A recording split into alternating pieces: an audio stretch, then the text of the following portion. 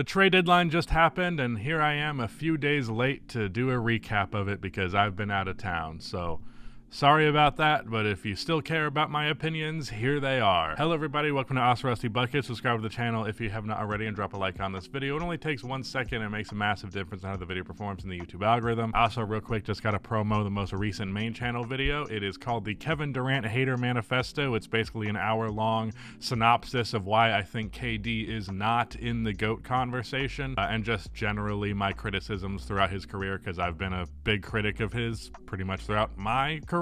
So if you haven't checked that out yet, link will be in the description. It should be the top one as well as the pinned comment. So I do know that a lot of you want to see me rant about the Bulls because that's a classic Rusty Buckets thing to do. Kenny just had a very palpable and well discussed rant over on his channel, but I am going to save that for the end of the video, and we're first just going to go through this trade by trade. I do want to say one thing at the top.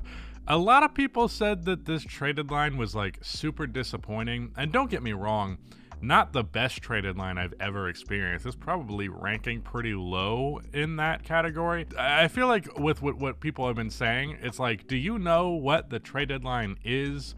Have you experienced many trade deadlines? Because like, if you're comparing this to last year, no shit, it's disappointing. Kyrie Irving and Kevin Durant got traded, but that's like an unprecedented level of big shit happening at the trade deadline. Usually those types of players, those trades are reserved for the off season. So in general, trade deadlines, you're gonna get like maybe one star player traded, maybe two in a crazy year, but in general, it's team swapping role players trying to make moves on the margins that can be very impactful, and I do think a lot of these trades can indeed be impactful, but they're also not earth-shattering things. Personally, as fun as discussing star trades is, because obviously it is, I also find quite a lot of enjoyment in discussing something like what Buddy Hield brings to the 76ers. You know, that stuff matters. That stuff makes a difference in how far teams go. It's just not as sexy as a star trade is, you know? For what it's worth, overall this year, we did get a mid-season trade that involved the star player in Pascal Siakam, but other than that, it has just been role players shifting around. Also, if my face is wet and my hair is wet, that's because I just got out of the shower, so I am wet. Okay, I am going to be going over each deal and grading each one, as small as they may be. Pretty much every deal is getting a grade here. So first and foremost, Detroit acquires, I'm gonna say, Simone Fontecchio. I don't know how to pronounce his name properly, but I do know who he is. He's a pretty damn good shooter. Overall, can do a little bit of everything on offense to some degree. He's not as young as I thought he was, being that he's a second-year player, but he is a shooter, and Detroit needs that, especially given that they traded a bunch of the only shooters that they do have. The Utah Jazz got back Kevin Knox, draft rights to Gabriel Procida, and a 2024 second-round pick from the Wizards. Interesting move. I really don't know what to think about it from Utah's perspective. I really don't know anything about the draft rights guy that they got, so I guess it's really heavily dependent on that. But, you know, this other guy seemed like a genuine NBA player, and you traded him for Kevin Knox, who sometimes looks like an NBA player, but more often than not does not. Draft rights to a guy I'm not aware of, and a second-round pick.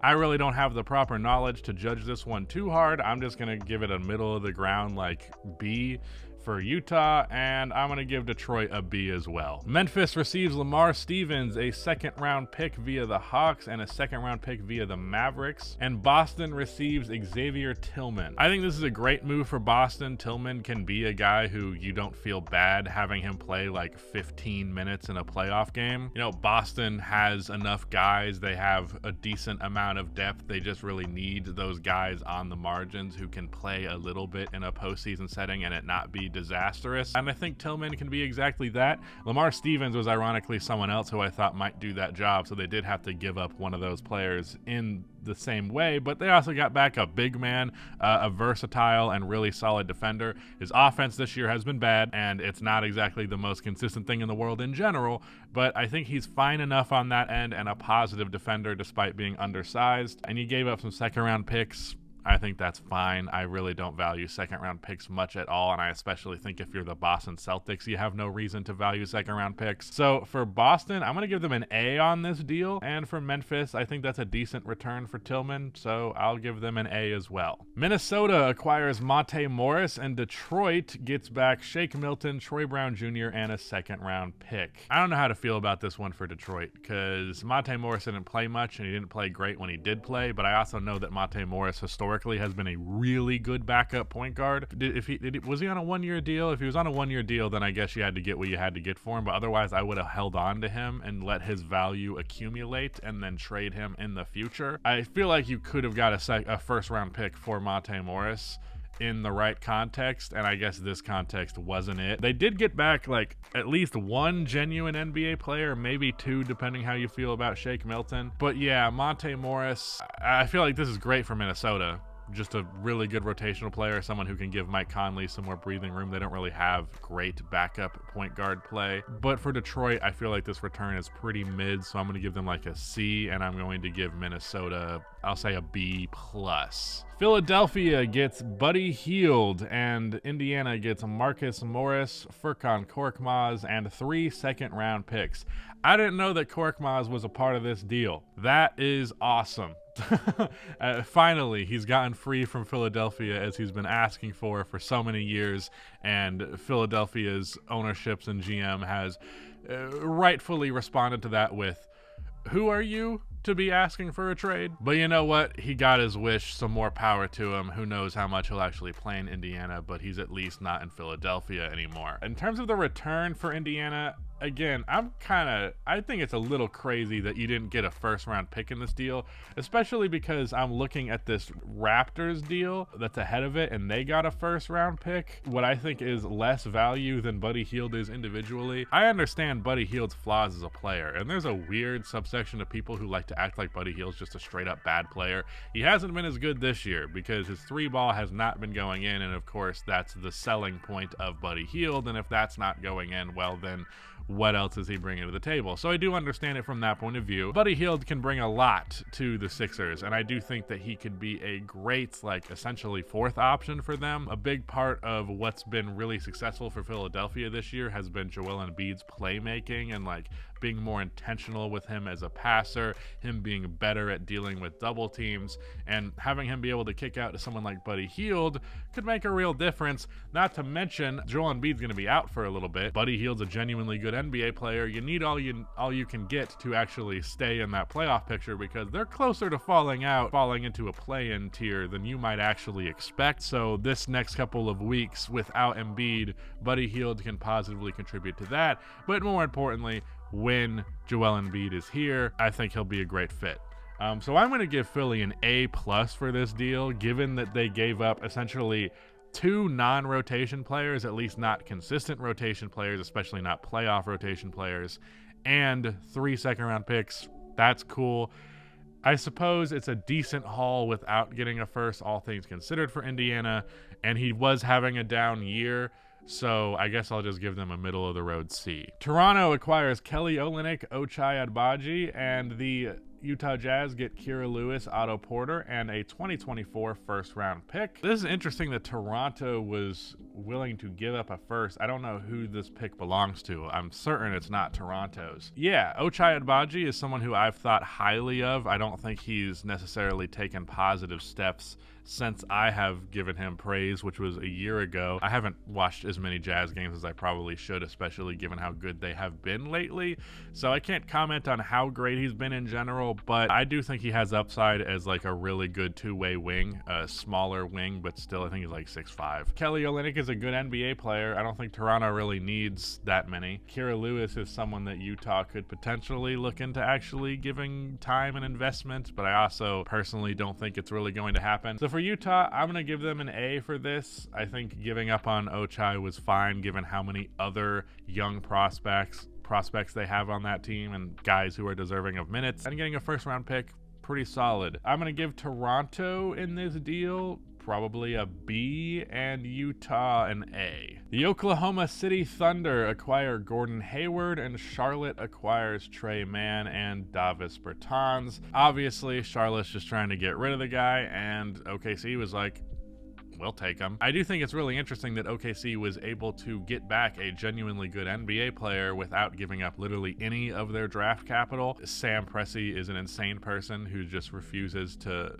let anyone touch his picks. All the picks are mine. Gordon Hayward is a good player. He's super injury prone, and I don't know how much he's actually going to contribute at the end of the day, but you gave up two players that were nothing for you, really. Trey Mann for Charlotte is someone that they could potentially invest in. However, I personally wouldn't, because he's just not the archetype of player that I like. He's like Terry Rozier, but bad. Gordon Hayward for OKC, good deal. I don't think his contract situation is bad right now anymore, so I would give OKC like B plus, A minus maybe. And Charlotte, they just wanted to get rid of him. I don't think there was much motive to it beyond that, so I'm just gonna give them a B. The New York Knicks acquire Bojan Bogdanovic and Alec Burks. Detroit acquires Quentin Grimes, Evan Fournier, Malachi Flynn, Ryan Arcidiacono, and 2 second-round picks. I do think that Bogdanovic could actually be a pretty big deal in terms of like actually affecting the playoff picture. I've slowly been kind of changing my tune about the Knicks.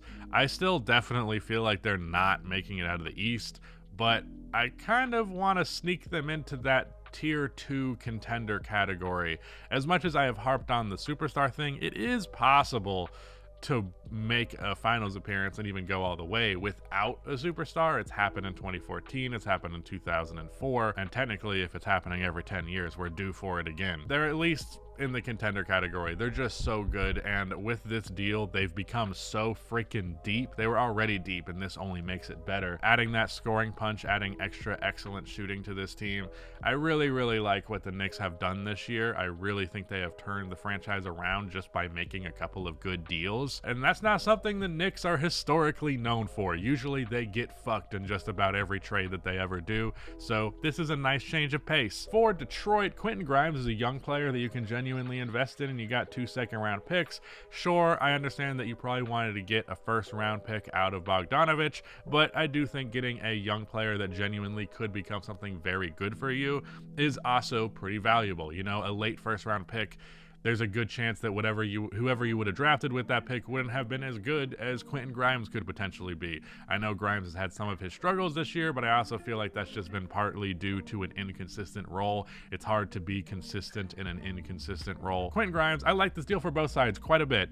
I think I'm going to give both sides an A here. Alec Burks, also want to say, inconsistent, often bad for Detroit, but he also has moments where he can just be a huge spark plug and like be a really, really good offensive piece for you. And I feel like that guy being your 9th man, you're in a pretty good position. And Alec Burks has his history in New York and with Tom Thibodeau, so I think he should fit right in. For Toronto, they received Spencer Dinwiddie, and Brooklyn received Dennis Schroeder and Thaddeus Young. Thaddeus Young returning to Brooklyn, so that's interesting. Spencer Dinwiddie was then bought out by the Raptors. He is now going to go play for the Lakers, so that was the Lakers' move of the deadline. Getting rid of Dennis Schroeder, I mean, Dennis definitely isn't amazing, and they definitely gave him far too many responsibilities. I gotta think this is just purely a tanking move, because even if Dennis has been disappointing this year to a degree, he is also an NBA player. And you were just like, we would rather not have this NBA player than have literally anything, because they bought out Spencer Dinwiddie. It's a weird move to me. I don't really know what exactly they were trying to accomplish. Maybe it's purely a salary thing, but like what exactly is Toronto doing in the salary cap department, unless this is some kind of tax move? That's some stuff that goes over my head, so if I'm missing on that, then my apologies. Spencer has been bad for Brooklyn, and they got back a point guard who can be solid. Toronto got back nothing, essentially, so I'm going to give Toronto a C, because I'm just going to assume that they did this for some reason. And I'm going to give Brooklyn a B. Sure. Here it is, my favorite move of the deadline. PJ Washington to Dallas and Grant Williams, Seth Curry, and a first-round pick to Charlotte. PJ Washington is a player that I have talked about for a long time being a really, really good role player who needs to be put in an environment where he can be that good role player in a contributing to a playoff sense rather than just being one of the few actual NBA players on the Charlotte Hornets. And I do think that he will be huge for Dallas. I do think that they probably, I mean, Grant Williams' contract after he had a great start for Dallas and then just completely tanked. So I do understand that getting rid of that contract was a big part of this as well. But it does feel like a mild overpay for PJ Washington, as high as I am on PJ. I also think PJ is going to surprise a lot of people. And I have liked what Dallas did this deadline. We'll talk about another move that they did. I do feel like they did give up 2 first-round picks for pretty good players when you probably could have put together a slightly better deal, but we'll get to that when we talk about the other deal. I love PJ in Dallas, but I am going to give this a B for the Mavericks, given that they did give up a first. And Charlotte, I'm going to give, given that they got a first, but they did get back some salary, I'll probably give both sides here a B. It's my favorite deal, even though I feel like neither side did anything crazy here. The Phoenix Suns receive Royce O'Neal and David Roddy. Memphis receives a pick swap, Yuta Watanabe and Chimezie Metu. And Brooklyn receives 3 second-round picks, Keita Bates-Diop and Jordan Goodwin. So a first 3-team deal here, I think the only 3-team deal. For Phoenix, they're getting Royce O'Neal, who's a genuinely very solid NBA player, so I definitely think that he's exactly what they need. Definitely the type of guy who really fits in any environment, just a 3-and-D guy. David Roddy's not that great, but I can conceive of him being rotational given how undeep Phoenix is. I also appreciate that this deal is acknowledging that all that depth that Phoenix had was fucking bullshit. I was saying that this entire offseason, that everyone's talking about how they did so well, and I'm like, that's very relative. Very relative to the fact that they didn't have any cap space to begin with, and it's like, yeah, you did as good as you could have having no options, but people were trying to tell me that Phoenix was deep, and it was fucking laughable. So they managed to trade 1, 2, 3, 4 different players that I was told were going to actually contribute to this team for basically one guy. David Roddy's also here, but Royce O'Neal's realistically the only one who's going to be in anything resembling a playoff rotation, because he's the only actual playoff rotation caliber player that is involved in this deal. Otherwise, there's some picks going around. I think it makes perfect sense for Brooklyn and Memphis. B pluses for both of them, and I guess a B plus for Phoenix as well. The Milwaukee Bucks receive Patrick Beverley, and Philadelphia receives Cameron Payne and a 2nd-round pick. I think this is a great deal for Milwaukee. I don't think Patrick Beverley is all that great anymore, but at the very least he can be a pest on defense and have those moments for you. I don't know how much he'll actually play in the playoffs, but when you need him to do the Patrick Beverley shtick, he'll be able to do it, and I think it will serve his team well. And you also gave up Cam Payne, who's not good, and a 2nd-round pick, which doesn't matter if you're a contender.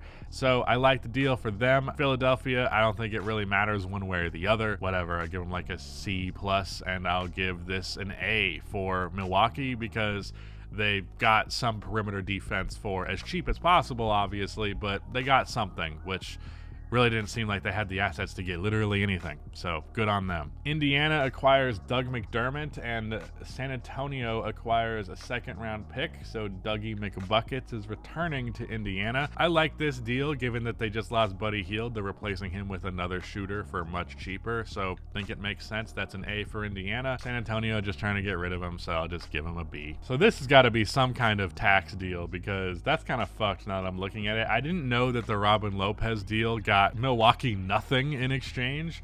They literally paid Sacramento cash to take Robin Lopez, so it's got to be some kind of tax deal.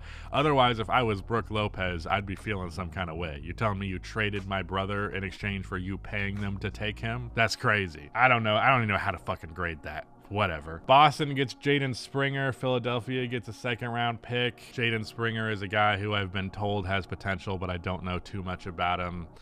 Just going to go with a pair of B's here because I don't really know much. Portland gets Delano Banton. I know his last name's Banton. I'm sorry if I pronounce his first name wrong. And Boston gets a 2nd-round pick. Sure, Boston. I mean, you weren't playing him, so getting draft capital is cool. And I do think that Banton, I know he played for Toronto and showcased that he had some potential, at least as a defensive player. And I think Portland is the right environment for him to actually get some run to showcase what he has. Dallas acquires Daniel Gafford, and Washington acquires a 1st-round pick and Rashawn Holmes. So this is a great deal for Washington. I'm going to give them an A+ here. For Dallas, again, I'm probably going to give them somewhere in the B territory, just because I feel like a 1st-round pick is just a mild overpay for what essentially is probably going to be your backup center. Me and my friends discussed this in our group chat, a bunch of other NBA content guys, and we were like, who actually ends up getting the start here? Because Derek Lively's been really good this year, but he also has the rookie aspects to him, and Daniel Gafford's probably more consistent, but also probably has a little bit lower of a ceiling than like a really engaged Derek Lively. So I feel like you're just giving yourself options here with this deal, and that's the ultimate takeaway. There is a part of me that's like, this is a little bit redundant in the same type of player, and you are giving up a first round pick here, and I feel like you could have got something that addressed a different area. I like what Dallas did this deadline, don't get me wrong, but I definitely think they paid a price for it that could end up being a little rough.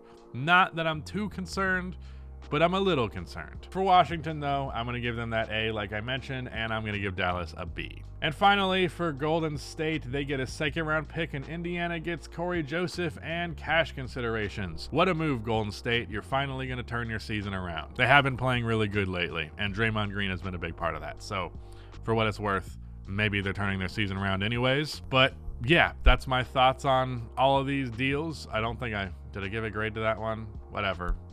Who cares? It's a second-round pick for a non-player, really. Golden State didn't really do much. LA didn't really do jack shit other than signing Spencer Dinwiddie, which I'm quite surprised by. And I remember pretty much LeBron and Steph both making comments that were like, yeah, we need to get some shit done at this trade deadline, and then neither franchise did that. So that's interesting. Don't know what the end game is here for either of those franchises, but doing nothing is definitely an interesting choice. But speaking of doing nothing, we need to talk about the Chicago Bulls. I saw a stat, which was the Chicago Bulls have not made a trade involving a player since 2021. The only trade that they have made since 2021 was like 2 second-round picks for another second-round pick. And they used that to draft, I think his name's Julian Phillips. And the fact that I don't even know his name and he's on my roster says how important that has actually been. He's had his moments, but like, let's be real. Another defensive wing who can't fucking shoot. I love how we keep drafting those. Anyways, so they're the bottom of the league in trades made since 2021, making one deal. Number 29 on that list, I think it was 6 or 7 trades that they had made. So the difference between the worst and the second worst is 6 trades. This fucking team keeps fucking talking about continuity and keeps fucking talking about, you know, we trusted our guys just for those same guys to win you tops 45 games. That's the best you're fucking getting. It's fucking malpractice. Like, genuinely. This is your job as a GM is to improve the team. And then you made a bunch of dumbass, short-sighted, fuck-ass trades. And then after that, you were like, yeah, we're good. I've done my job. I'm just going to sit back. He goes to his office every day and fucking twiddles his fucking thumbs, doesn't do jack fucking shit, and then is just going to the media like continuity. Who gives a goddamn fuck about continuity if your team sucks? Who gives a shit?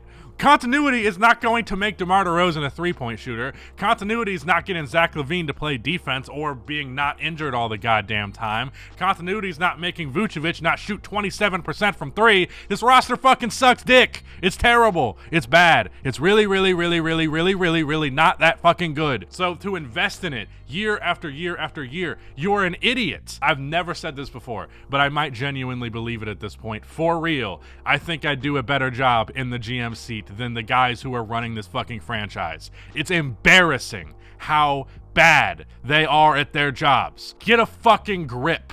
What are you talking about? Continuity. Suck my dick. Anyways, that's my thoughts on the Bulls.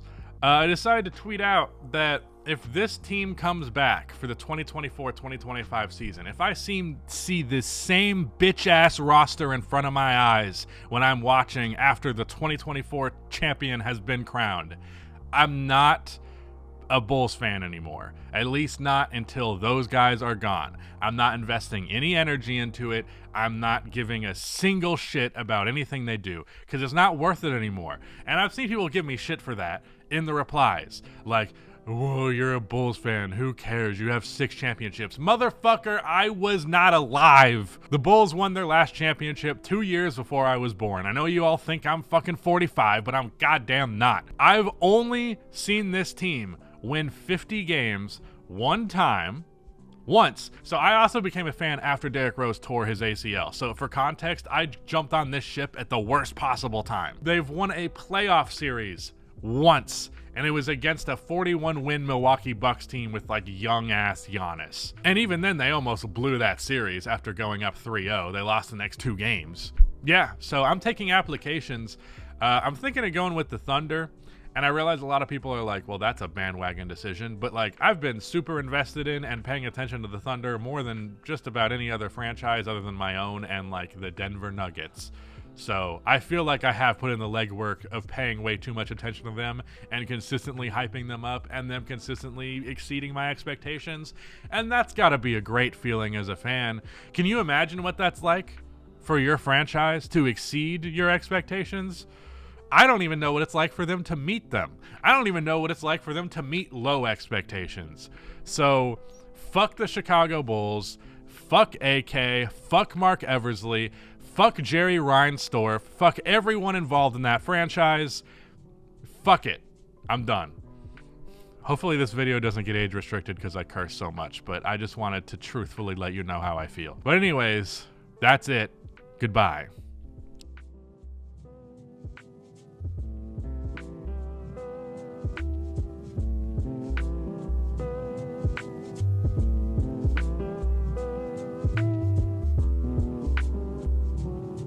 Oh, shout out to Nick for editing. Sorry. And I remembered your name. Oh, also, Sabrina Ionescu. Sorry, I didn't say your last name. Fuck you.